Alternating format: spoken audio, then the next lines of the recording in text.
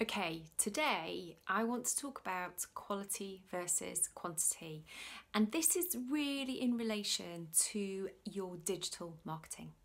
Now, there is an awful lot of people literally churning stuff out onto the internet, and it's not great. For some reason, they feel that by putting out a lot of content, they will stand out from the crowd. There's an awful lot of stuff on the internet. It's a very noisy place and you have to do something to stand out. And for some people, that is just churning out a lot of content. Lots of Facebook posts, lots of blog posts, lots of tweets, lots of Instagram posts, just more and more and more volume. And I know for very busy, certainly single-handed practitioners, this is incredibly demoralising. So I'm here to champion your cause.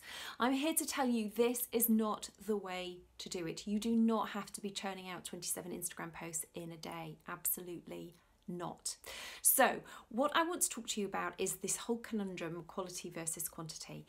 Now, as I say, a lot of people are churning out an awful lot of quantity at the moment because they're trying to stand out. There is so much noise, so much content on the internet, they're trying to stand out, and so they're doing that by churning out all this content.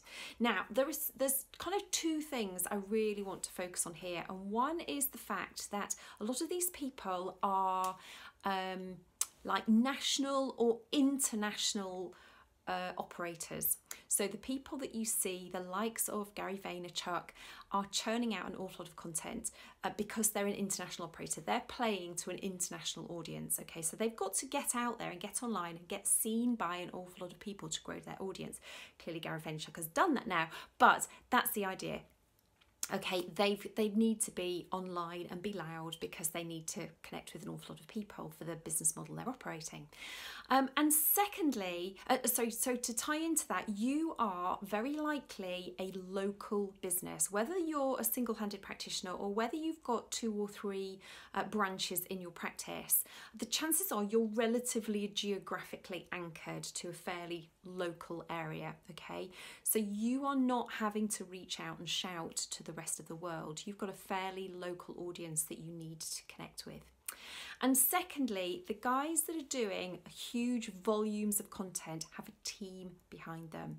Okay, they are not doing this single-handedly. They have got a team of videographers, of graphic designers, of copywriters who are turning out this stuff for them, all right? And I totally understand you are probably not in that ballpark yet. If you want to be, you can be, but if you're not there yet, do not panic, okay? So that's the kind of quantity conversation I wanted to have. Now, let's talk about quality.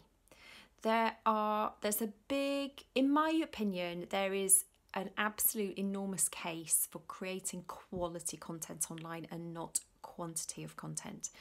So if you are creating 1 or 2 or 3 or 4 really good solid social media posts or blogs or videos or audio recordings as a podcast or something like that, that can be just get you as much attention as those people that are churning out an awful lot of content if you play the quality card. Okay, and there are 4 things, in my opinion, that makes online content quality. Number 1, is it relevant to your A-star dream patients? Those are the people you are wanting to connect with online, and that's what you must keep in your mind every time you are creating some kind of online content. Is it relevant to those dream patients? Is it something that is going to entertain them? Is it something that is going to educate them? Or is it something that's just really going to engage with them and sort of connect with them? So is it relevant? That is number 1, and that is a primary element of deciding whether you are creating a quality piece of content. So number 1, is it relevant to your A-list or dream patients? Quality marker number 2, does it have a really good solid purpose behind it? Now, this is different from connecting to your dream patients. This is about the old know, like, trust, try, buy elements of the patient cycle. So is it something that is going to help people get to know you?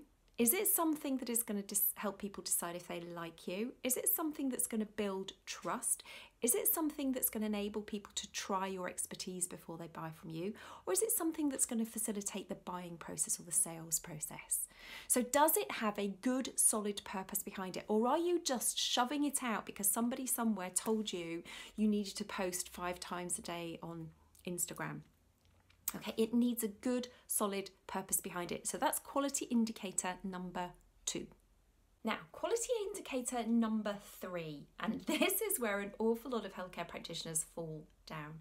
Quality indicator number 3 is it part of a strategic plan or a planned marketing campaign?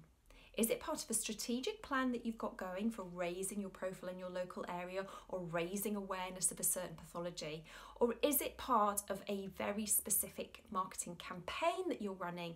For example, you've got a new clinician and you're wanting to fill their clinics, or you've got a new piece of kit and you're offering a new treatment and you want to attract new bookings for that particular treatment. So is it part of a strategic plan or is it part of a marketing campaign? Okay, so your strategic plan can be overarching. It can be all the know, like, trust stuff inside your kind of ongoing marketing, but it needs to be part of something strategic and not something you're just shoving out, okay? Or part of an ongoing, short-term marketing campaign where you're looking to promote something very specific over a very short period of time. So that's quality indicator number 3. Now, the final quality indicator is quality indicator number 4. And this is the actual quality of the production. This is all that stuff around if it's a video, is it well lit? Is the audio good? Okay, can you hear what I'm saying? Is it out of focus? Is it in focus? Have I got something growing out of my head? Okay, is it a quality production when it comes to video? Is it quality production when it comes to a graphic? You know, if you've created a graphic that you're going to post on Instagram, is it spelt correctly? Is the thing centered, or is it meant to be offline? And if so, make it look like that's part of the design. Okay, that's the sort of stuff. Have you proofread your blog post? I really struggle with spelling, and I sometimes don't see really obvious spelling mistakes, and I need somebody else to look at my stuff to go through it and check. But it's all that process of checking to make sure your video is uploaded correctly. Yesterday I was having a mare with a video. Every time I uploaded it, a different section of the video appeared black on the screen. I've no idea what was going on, but if I hadn't gone and checked it for quality, I wouldn't have noticed that. If I'm really honest, I didn't notice it at first. Somebody else pointed it out to me, one of Joe who works with me. But it's all those checks. You need those checks and balances to make sure the content you're putting out is quality as well. Okay, so that is quality indicator number 4. Is your production quality good? So in my book, if you are putting out online content that ticks all 4 of those boxes, you are going to be putting out some really good quality content. Now remember, it still needs to be eye-catching. It probably needs to be something a little bit unusual. It needs to be quite punchy or bright, very clear headlines, really good call to action if you're wanting people to take action as a result of seeing this thing. But if you stick to those 4 quality indicators and then turn out some really good copy, as I say, something that's got a good headline, good attention-grabbing headline, a good call to action, where the photograph or the image is something quite unusual, so it's going to grab people's attention. If you do that, you are going to end up getting the traction, getting the attention that you want without churning out hundreds and hundreds and hundreds of pieces of content every week, every month. Okay, so hopefully that has given you some food for thought about ensuring that your digital content that you are putting out onto the internet is quality, so that you can save yourself time and money and not play the quantity game. Now, if you've got any questions, thoughts, ideas, as always, put them in the box below the video. If you are not watching this video on jillwoods.com, you should head over there. The link is in the text below, and you can read the blog that goes with this video. I would just love to get some reaction from you. Thumbs up, thumbs down, a quick comment. I don't mind, but just some reaction to let me know, A, you've got to this point in watching the video, but also that this stuff is having an impact, it's getting a reaction, it's making you at least think about these things. Even if you don't agree with what I'm saying, it's making you think about this stuff. So that is my objective. Okay, I'm gonna love you and leave you. Be good, take care, and I'll see you next week. Bye.